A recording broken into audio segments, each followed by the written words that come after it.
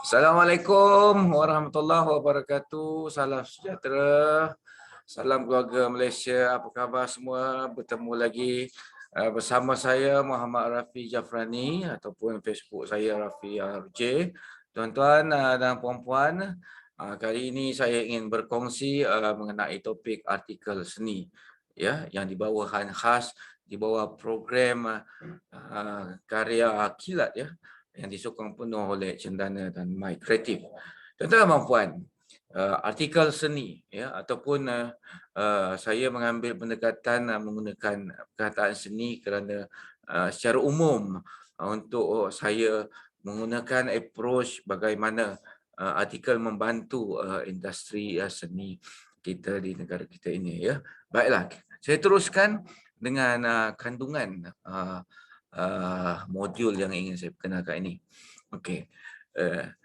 Artikel seni yang saya ingin perkenalkan merupakan artikel antaranya sebagai artikel ilmiah, ya, bersifat pemasaran dan pada hujungnya untuk mudah kita kongsikan dan aplikasi-aplikasi apakah yang sesuai untuk kita membuat suatu artikel dengan mudah, ya, berkongsi apakah hasil penemuan ataupun new knowledge dalam kegiatan industri kita.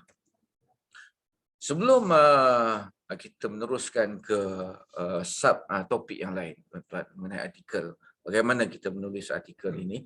Jadi sasaran saya dalam modul ini kita akan dapat pelajari yang pertama, memahami maksud artikel dan mengetahui jenis-jenis artikel ya yang terdapat dalam industri sekarang ini ataupun yang terdapat yang sering digunakan, ya, yang selalu kita lihat dalam media-media.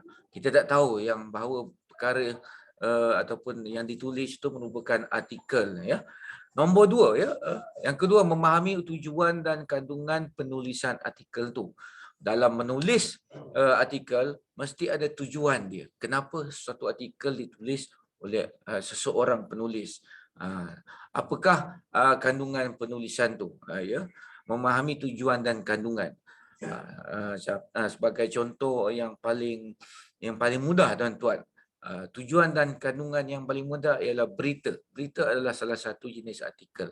Ya, contohnya beritanya tujuan untuk menyampaikan informasi fenomena yang berlaku, yang baru saja berlaku, terkini, ya, ataupun news artikel.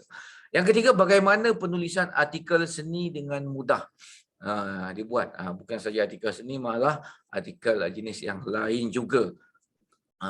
Artikel itu umum. Saya mengambil pendekatan di sini umum untuk pendekatan seni itulah. Yang nombor 4, memahami fungsi penulisan artikel seni dalam pemasaran, ya. Memahami fungsi penulisan, tujuan dia, fungsi-fungsi artikel itu apabila ditulis, ya, dan apakah peranan dia sebenarnya apabila ia ditulis dan diterbitkan. Jadi moga-moga kita akan dapat pelajari ataupun memahami 4 perkara dalam perkongsian saya pada kali ini. Tuan-tuan, ingin saya membuka minda ataupun benak fikir kita, tuan-tuan. Sebagai pembaca hari-hari media sosial, ya, kita membaca hari-hari apa yang kita tatap dalam telefon, ya, kita tengok. Kita pembaca pintar sebenarnya dan pengguna pintar, ya.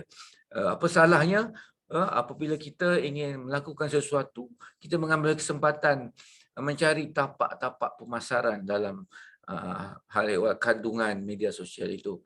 Dan kita boleh membuat sesuatu yang memberi tarikan kepada pembaca. Mereka juga bijak menilai, ya. Pembaca juga pembaca pintar, ya, mengetahui tentang pelbagai jenis artikel. Jadi modul ini adalah amat berbaloi dan sesuai untuk tuan-tuan mengetahui apakah itu penulisan artikel, ya.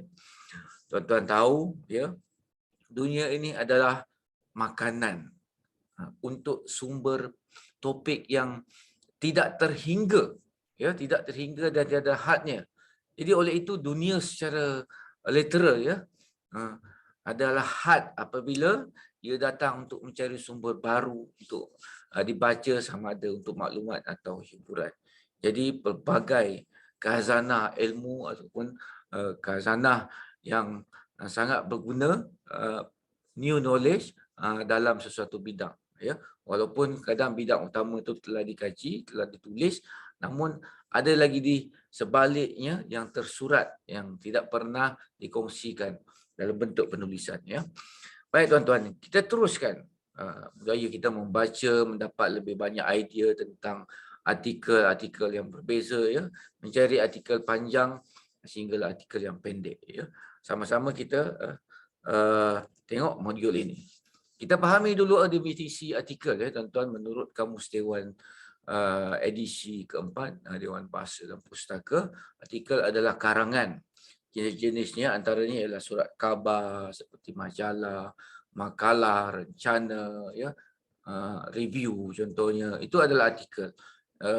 Definisi yang lain menyebut penulisan yang mengandungi pendapat mengenai fakta, fenomena yang berlaku, data hingga kejadian tertentu yang ditulis menggunakan bahasa ilmiah, ya, menggunakan bahasa ilmiah. Dan seterusnya, pengertian yang lain pula, artikel adalah pendapat, gagasan ataupun pemikiran, ya, pemikiran yang disampaikan oleh seorang penulis melalui beberapa penelitian dia, rujukan-rujukan dia. Artikel juga merupakan kritikan dan saranan terhadap suatu topik, ya, peristiwa atau persoalan yang dibahas, ya. Itu definisi artikel. Okey, dan akhirnya yang ini yang kita ingin fokus dalam modul ini, karangan, ya. Artikel adalah karangan berisi fakta dan pendapat yang dibuat untuk diterbitkan, ya, di media cetak ataupun media sosial. Yang ini ingin kita fokuskan sebab sekarang ni media sosial, ya, sangat-sangat diterima dan itu saja yang memungkinkan sesuatu yang nak disampaikan cepat diterima oleh ataupun menemui pelanggan ataupun khalayak sasarannya, ya. Baiklah. 6 jenis kategori artikel ingin saya kongsikan ini. 6 jenis, sebenarnya ada banyak jenis lagi. Yang pertama, narasi. Artikel narasi ataupun naratif. Naratif artikel, lepas tu deskriptif artikel ataupun deskripsi. Lepas tu yang ketiga, eksposisi. Eksposisi ni lebih kepada dia nak expose sesuatu ilmu ataupun perbincangan satu isu persoalan yang dia nak sampaikan. Argumentasi, argumentasi ni perkara yang dia ingin pertikaikan, ya, persoalan-soalan dia pertikaikan. Kenapa contohnya harga ayam tidak dapat dikawal? Dia pun bagi data-data, kutipan, rujukan sekian-sekian. Contoh, ya. Yang kelima, persuasif ataupun persuasion ataupun persuasi lah orang panggil dalam bahasa kita, sesuatu yang artikel yang ada nilai memujuk, ya, menarik perhatian. Inilah yang mempengaruhi ini, persuasif artikel ni. Dia banyak digunakan di dalam artikel-artikel pemasaran, artikel-artikel mengenai produk yang dijual, perkhidmatan yang disediakan. Contohnya produk dalam industri kecantikan contohnya, ya, kosmetik contohnya, ya, ditulis artikel contohnya bedak ini boleh memutihkan dengan cepat beberapa saat saja kerana kandungan ataupun dia punya ingredient of the product sangat berkesan dan selamat digunakan, lulusan KKM katanya. Itu sebenarnya banyak mengenai artikel yang menyokong dan membantu produk itu dipercayai oleh orang ramai, oleh pelanggannya.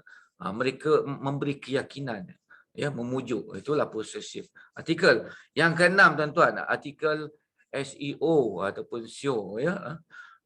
Lebih kurang juga maksud dia dengan SEM, ya. Tapi dia bersahabatlah SEM. Apa itu SEO? Search Engine Optimization, ya. Search Engine Optimization ni banyak digunakan dalam marketing lah ataupun pemasaran secara online. Seperti yang saya sebutkan tadi, dia hampir dengan persuasif artikel, ya. Namun artikel SEO ni kadang dia ada link, untuk menjual produk itu terus. Contohnya dalam TikTok, contohnya ya. Dalam TikTok, bila kita scroll TikTok, buka-buka orang tu joget menari bagai, tiba-tiba adalah orang tunjuk pemutih kulit. Pemutih kulit. Lepas tu kita scroll, asyik, betul kan dia pemutih kulit? Kan, betul ke? Berkesan. Lepas tu, tekanlah link di bawah. Link di bawah, dia terus buka dia punya artikel. Artikel dia apa? Dia baca produk ini sekian, memberi kesan sekian. Last sekali, silalah beli sekarang. This is artikel SEO ataupun SEM, ya, marketing. Itu tujuan dia. Jadi tuan-tuan, artikel sebenarnya bersifat fakta dan informatif. Artikel yang ditulis harus berdasarkan fakta dan memberi pengetahuan kepada pembaca. Termasuklah artikel-artikel produk, ya, ataupun perkongsian tips-tips kesihatan. Contohnya tidur awal tu ataupun tidur cukup, apakah kelebihannya, ya, untuk kita. Okey, baik. Seterusnya, terdapat 40 jenis artikel yang telah saya senaraikan di sini, tuan-tuan. Jadi kita boleh baca sendiri, dan ini juga saya nyatakan artikel yang banyak dalam bidang pendidikan pun banyak dipecahkan kategorinya dan jenisnya. Ada yang review artikel ataupun book review, conference material, clinical research. Ini banyak di institusi pengajian tinggi. Ya, ada yang artikel yang mengenai akademik ataupun scholar artikel, ya. Kita boleh tengok benda ni dalam Google search engine tu, ya. Tengok 40 jenis ni, daripada book review sampailah short article, ya. Ini jenisnya, ya. Ini sebagai asas ya, saya kongsikan, tuan-tuan. Baiklah. Apakah tujuan penulisan artikel, tuan-tuan? Mesti banyak tujuan dia, seperti mana awal saya jelaskan tadi, ya.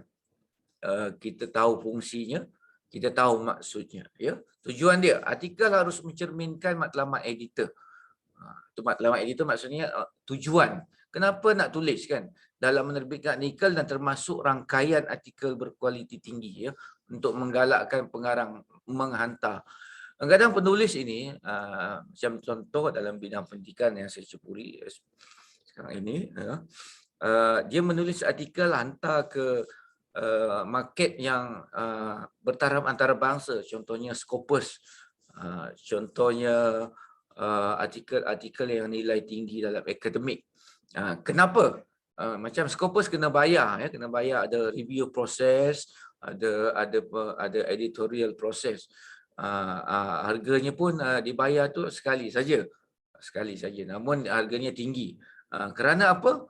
Scopus adalah platform penerbitan artikel dalam pendidikan yang tinggi, bukan pendidikan saja, malah bidang industri pun ada dalam tu, ya. Kerana dia lebih luas, dia international, ya. Dia telah memberikan satu traffic data mengenai artikel, review dalam tu, banyak orang ambil quotation dalam tu, kod rujukan untuk buat research. Scopus yang terkenal, ya. Jadi platform itu terkenal. Jadi penulis tergalak untuk menghantar di situ sebab kekuatan platform artikel tu. Banyak jurnal-jurnal kita di Malaysia pun ada jurnal budaya, kalau di UiTM tu ada resipotory punya, di Universiti Malaya, di UPSI tu ada jurnal Jurai Sembah, ada jurnal peradaban Melayu, ya. Namun taraf-taraf atau level dia ataupun pengembangan ataupun dia punya populariti tu ada yang agak terhad, tak berapa glamour. Peringkat kita je, peringkat lokal saja.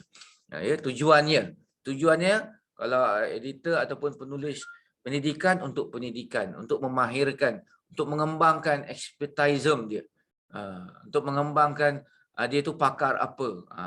Jadi orang boleh rujuk dia, orang dunia tahu, ya. Tujuan dia salah satu. Okay, penggunaan jenis artikel ini berbeza.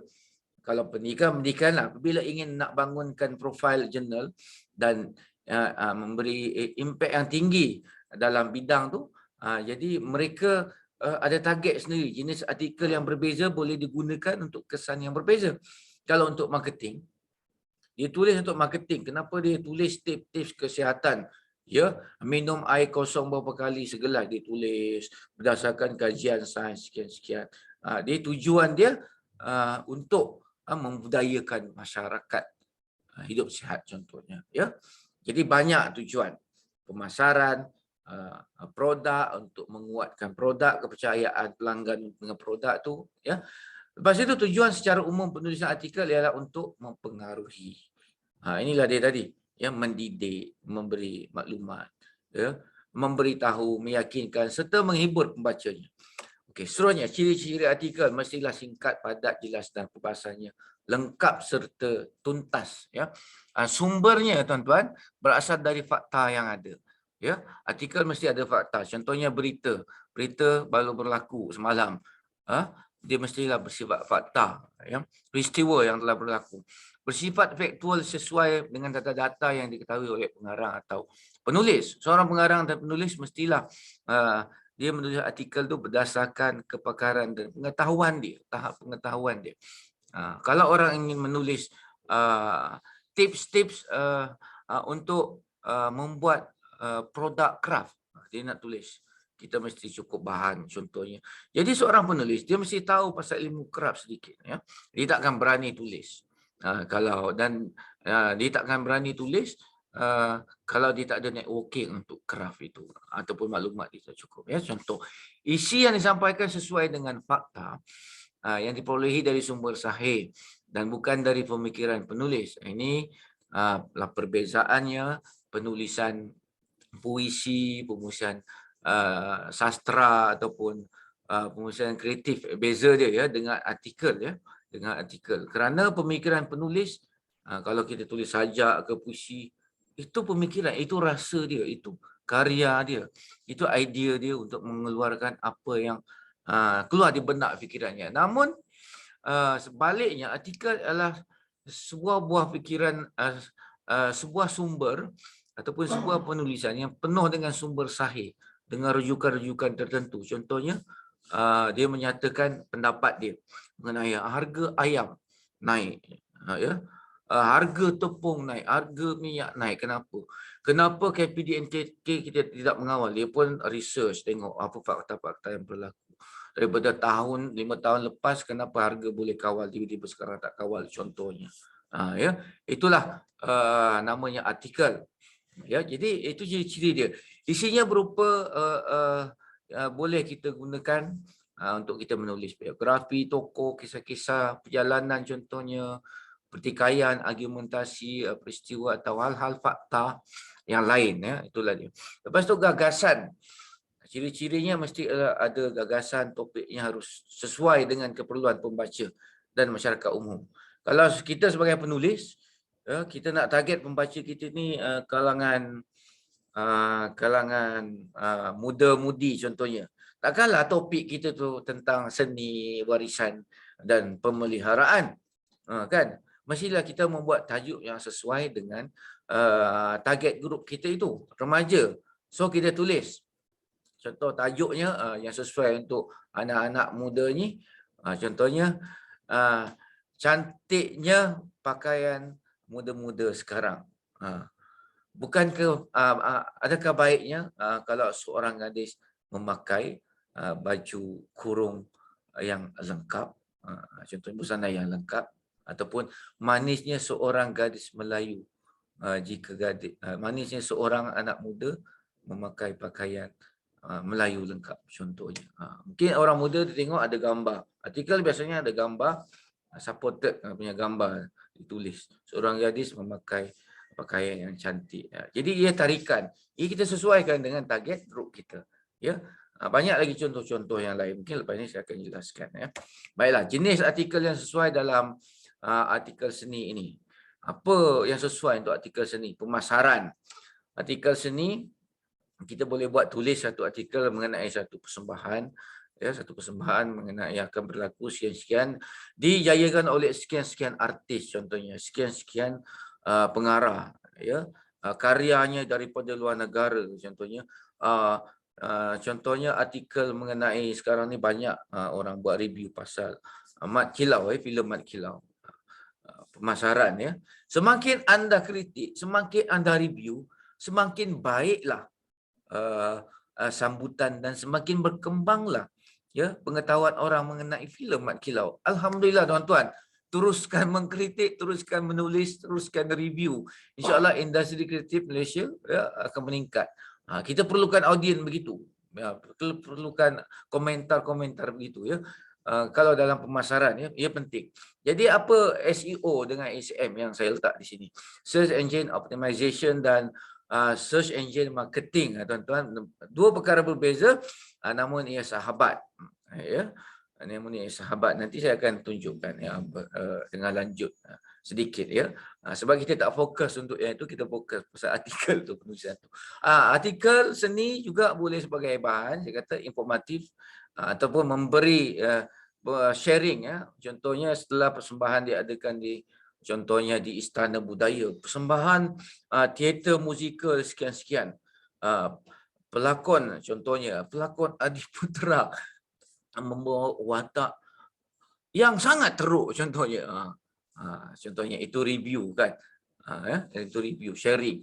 Namun Adiputra akhirnya dapat cover scene yang ujung tu katanya ya. Jadi banyak fungsi. Jadi yang sesuai dengan artikel seni ni tu antaranya. Selain itu artikel seni boleh jadi penyelidikan, pendidikan, new knowledge. New knowledge ni glamour dalam di universiti lah. Kalau nak buat satu research, dia mesti beri contribution ataupun sumbangan kepada satu bidang tu, satu ilmu tu. Contohnya kalau dikaji sebuah teater, contohnya persembahan teater. Persembahan teater di Istana Budaya, dikaji. Teater mungkin teater musikal Puteri Gunung Lentang contohnya. Okay, datanglah dia ni kan tengok, lepas tu dia balik dia tulis. Okay, dia akan tulis review dia. Lepas tu ada new knowledge dia jumpa. New knowledge di Malaysia seharusnya memperkenalkan sebuah konsep teater baru, mungkin epic theater contohnya. Tu konsep baru, epic theater contohnya, yang harus dikembangkan lagi. Itulah new knowledge. New knowledge kononnya idea dia epic theater contohnya. Sekarang epic film. Kan? Alhamdulillah. Lepas tu ada new discoveries ataupun penemuan baru dalam suatu artikel ni. Contohnya ditulis sebuah tanaman penting ataupun tanaman kontan negara yang baru dikongsikan dalam bentuk artikel. Tengok dia meletup macam mana dia akan jadi pemasaran. Lagi-lagi ada satu tumbuhan yang orang tak tahu dia sangat baik untuk kesihatan, namun disalahgunakan, iaitu apa? Daun ganja contohnya. Jadi benda-benda macam ni, new discoveries. Kalau ada barulah, tapi yang tu tadi tu dah lama kan. Okey. Lepas tu ulasan, rencana, berita, naratif, kritikan, deskripsi, eksposisi. Kritikan penting tuan-tuan, teruskan mengkritik sebab kritikan akan membangunkan lagi, menyebabkan lagi sesuatu industri atau bidang tu ditambah baik. Ya, mereka yang membaca yang akan marah, tapi kritikan itu akan membina semula. Ya, bergantung kepada siapa yang membuat tu dan menerima kritikan tersebut. Dengan kritikanlah sebenarnya negara-negara lain, negara-negara di luar, ya, even di negara kita juga dengan kritikanlah beberapa company telah dibina. Ya, GLC telah diwujudkan di negara kita. Ya, syarikat-syarikat untuk buat jalan raya telah berkembang. Ya, jadi syarikat tanam sawit pun ada semua, contohnya. Ya, daripada kritikanlah benda-benda ni berlaku. Daripada artikel lah juga benda-benda ini berlaku. Ya, peranan media sosial yang kita buat nanti. Okay. SEO, SEM, PPC dengan SMM. Apa benda ni? Apa benda ni? Ya Allah. Ini singkatan ini kan. Pening tak? Okay, just basic. I want to share about the SEO, SEM, PPC and SMM. Okay, SEO, Search Engine Optimization yang saya kata tadi. Contohnya ni, kalau kita Google, kita type. Contohnya yang saya tunjuk ni, jual brownies. Contohnya, kata kunci. Keluarlah jual brownies. Termasuklah gambar-gambar cake brownies bawah tu. Itulah Search Engine Optimization. Macam mana menghasilkan benda ni? Masa kita buat artikel, ada platform-platform tertentu untuk kita buat artikel tu diterbitkan. Ya, diterbitkan dengan bila mencari kata kunci tajuk, kita punya artikel akan tersenar dalam tu. Orang pun klik. Kan, kalau menarik dia akan ambil sebagai rujukan. Ya. SEM, Search Engine Marketing. Search Engine Marketing ni dia pun sistem. Search Engine Marketing ni biasanya dibayar lah, ya, dibayar. SEO pun ada juga dibayar. SEM ni ada banyak platform menyediakan SEM. Kita bayar je dekat dia. Contohnya Google lah ataupun YouTube. YouTube one is of SEM, Search Engine Marketing. Sebab kita kena bayar kalau kita buat sesuatu tu, nak buat premium tu. Contohnya kita iklankan kita punya konten. Memang free. Namun kalau dia melanggar beberapa syarat, contohnya lagu, copyright apa semua, dia akan tahan kita kan. Dia akan off kita punya konten tu. Itulah fungsi-fungsi SEM. Namun bila cara kita betul, ada platform dia SEM ini yang menyediakan tu, kita bayar je. Ya, dia akan check semua kita punya artikel, katalah artikel kita tu memang ada ayat-ayat tertentu dan tidak ada unsur plagiat ya. Contohnya akan terbit dengan baik, akan kembang. Dia ada tempoh dia, mungkin sebulan sekian ada yuran-yuran dia. Ya, PPC, apa tu PPC? PPC ni saya yang saya nak share ni pay per click maksud dia. Pay per click maksudnya kalau kita klik something tu kita kena bayar. Contohnya orang main game. Ya, dalam artikel pun ada juga benda ni kalau kita buat marketing untuk artikel tu, ya. Pay per click, PPC. SSM tu apa? SMM ni mudah je. Sekarang kita guna social media marketing. Banyak social media marketing. Kita post, lepas tu kita bagi link untuk dia beli, contact kita direct WhatsApp. Dia pun connection direct to the WhatsApp. Kita punya WhatsApp kan. Itulah maksud dia. Jadi benda-benda ni berguna untuk kita dalam menerbitkan artikel ya, memasarkan artikel kita. Even memasarkan kita punya kegiatan seni, produk-produk kita. Tuan-tuan, inilah kerangka asas tips menulis artikel berkualiti. Yang pertama, matlamat kita mesti jelas apa ya matlamat menulis artikel. Yang kedua, utamakan pembaca kita, letakkan mereka dalam penulisan kita. Kalaulah kita ingin membuat tajuk mengenai kebijaksanaan remaja masa kini, contohnya, kita mesti letakkan mereka dalam penulisan kita. Kenapa? Bagaimana kita nak letak? Contohnya, remaja sekarang ini amat bijak sehingga mereka pantas menerima adaptasi ilmu. Nampak tak kita dah start ayat kita tu memuji mereka. Kita puji mereka. Kita letak mereka dalam tulisan kita. So mereka tertarik membaca. Itu mudah-mudah lah kalau dia orang rajin. Lebih-lebih lagi kalau peringkat-peringkat veteran ni mereka lagi cepat tertarik sebenarnya. Kalau kita gunakan beberapa bahasa-bahasa yang dapat menarik perhatian, mempengaruhi mereka. Okay, yang ketiga, cari data dan contoh-contoh berkaitan sebagai sokongan. Itu ciri-ciri tips penting. Lepas tu kita kalau nak tulis tu kita tunjukkan kepada rakan kita yang sesuai ya. Kita pura-pura tunjukkan. Kenapa kita pura-pura tunjukkan? Mungkin dia boleh review dan boleh tengok, dia boleh bagi idea lagi. Kita sembang dengan dia bagi idea lagi.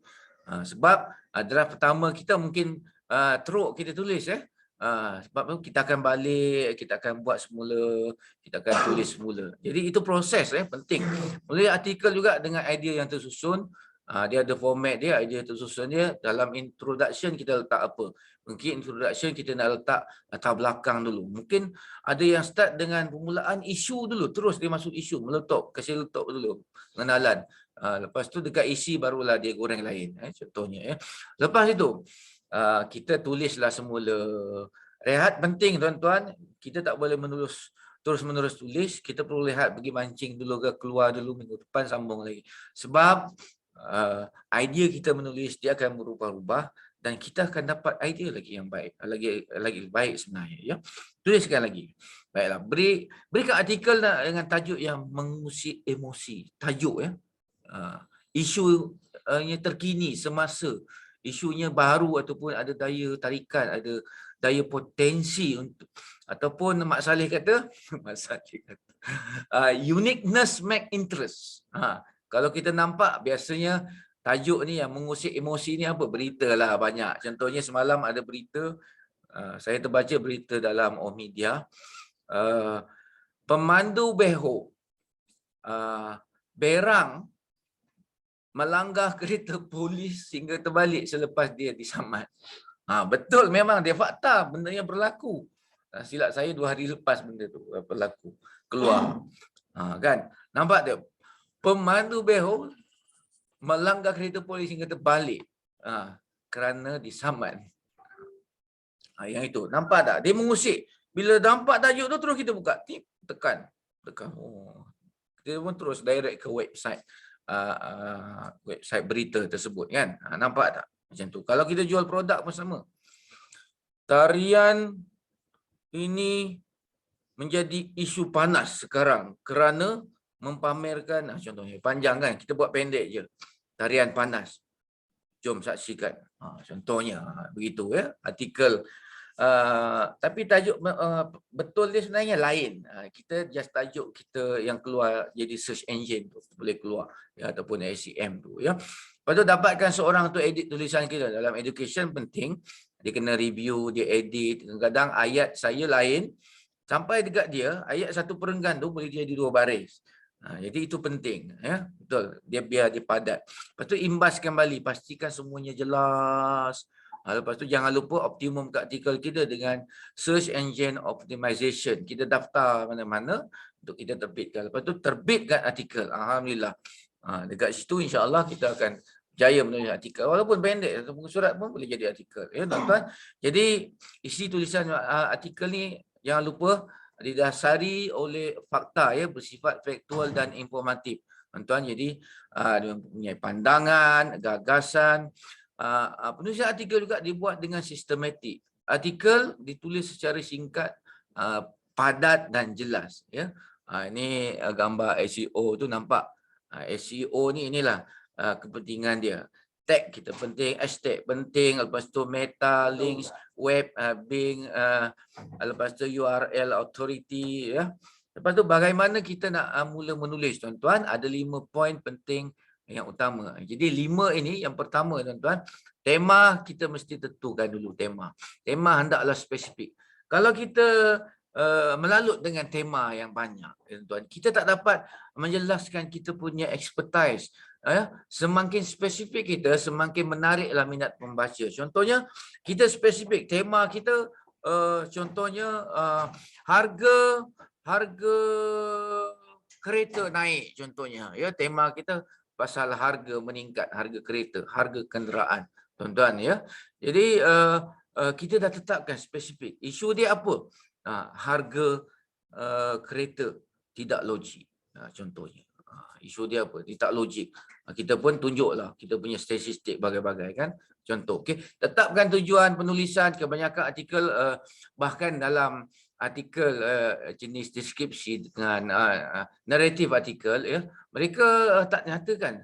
Kita tak nampak pun tujuan atau penulisan secara tersurat dan melainkan tersirat ya dalam deskriptif ataupun naratif ya, artikel. Rumusan idea pokok ataupun idea utama atau masalah kena ada ya. Biasanya perumusan masalah dalam bentuk pertanyaan, perumusan masalah. Hanya saja dalam penulisan artikel, deskripsi dan narasi, rumusan masalah ini tidak tersurat tetapi tersembunyi di balik alur tulisan tersebut. Tuan-tuan. Jadi kembangkan tema dan perbahasan sesuaikan dengan jenis artikel. Buatlah kesimpulan. Kesimpulan ditulis ringkas dan padat, tuan-tuan. Kesimpulan artikel ni. Anda boleh buatnya dengan baik apabila logik kesimpulan ni atau alur artikel anda betul kesimpulan itu. Maksud saya di sini bila anda membuat susunan ataupun kajian merujukan data-data tersebut ya, tuan-tuan akan dapat kesimpulan yang logik ya. Baiklah, seterusnya kandungan artikel ini secara asas je, namun kandungannya berbeza mengikut penggunaan ataupun tujuan kita. Kalau dalam pendidikan, dalam artikel education ataupun research artikel, dia jadi macam ni. Ya, tajuk kena ada pengenalan, kita kena bubuh abstrak, kena bubuh, kena letak sinopsis, kena ada isu, kena ada perbincangan, persoalan, lepas tu ada subtopik, dapatan, hasil keputusan, kesimpulan. Alas sekali kesimpulan, ada shore kita. ada penutup cadangan kita dekat situ ya. Kalau biasanya dekat pengenalan kita tu kita tunjukkan apa penemuan-penemuan baru, kepentingan artikel kita tu, tujuan kita jelaskan matlamat dekat situ. Ya. Nanti tuan-tuan boleh lihat secara lanjut apa sebenarnya perkara-perkara ni. Kita boleh Google juga benda ni ya. Kalau dalam pengenalan kita letak latar belakang dulu mengenai apa yang kita nak tulis tu. Ya, kalau dalam perbincangan kita letakkan subtajuk kecil, persoalan-persoalan yang nak kita bangkitkan, contohnya apabila dalam argumentasi artikel, dalam bahagian dapatan ataupun hasil ataupun keputusan, ya kita letakkan dengan kritis, sistematik, teori-teori tertentu, apa contribution daripada hasil itu, ya. Tapi di dalam pemasaran, kita tak nampak format ni ya, dalam pemasaran punya SEO punya artikel ya. Dia akan nampak pengenalan ini dia direct terus.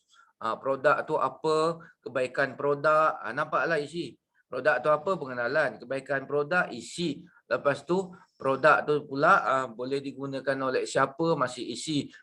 Lepas tu ya, kesimpulannya produk ini jika tak beli nanti habis. Itulah kesimpulannya. Maksudnya kalau dalam pemasaran pengguna ataupun khalayak tu kena beli, dia memaksa, dia macam dia menggesa kita untuk tekan link tersebut, beli, ya. Itulah perbezaannya ya. Baiklah, ini adalah contoh-contoh artikel tuan-tuan. Artikel yang pertama ini yang saya tulis sendiri, ini dia lebih pada education tuan-tuan. Dia ada abstract ya dalam bahasa Melayu dengan bahasa Inggeris. Selepas tu ada artikel yang ditulis ramai ya, penulis dia gabung dekat situ ya. Ada juga begini, ini education jugalah.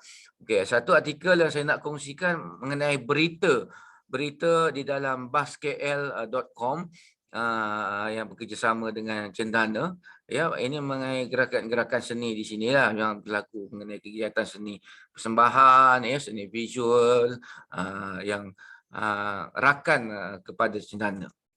Selepas tu ini dia punya page bahagian depan kategori performing art lah artikel. Bila klik ada yang bentuk berita, ada yang bentuk review ya tuan-tuan.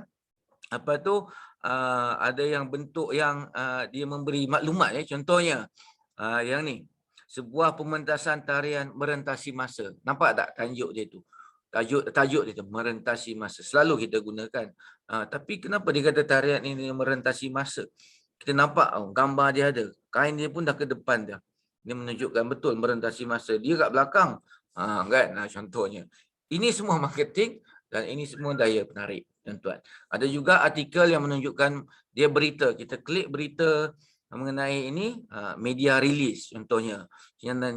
Cendana menyebut 5,000 penerima pekerja seni ya, penggiat menerima faedah daripada grant ataupun inisiatif recovery inisiatif bawah bencana dengan Prisma ya.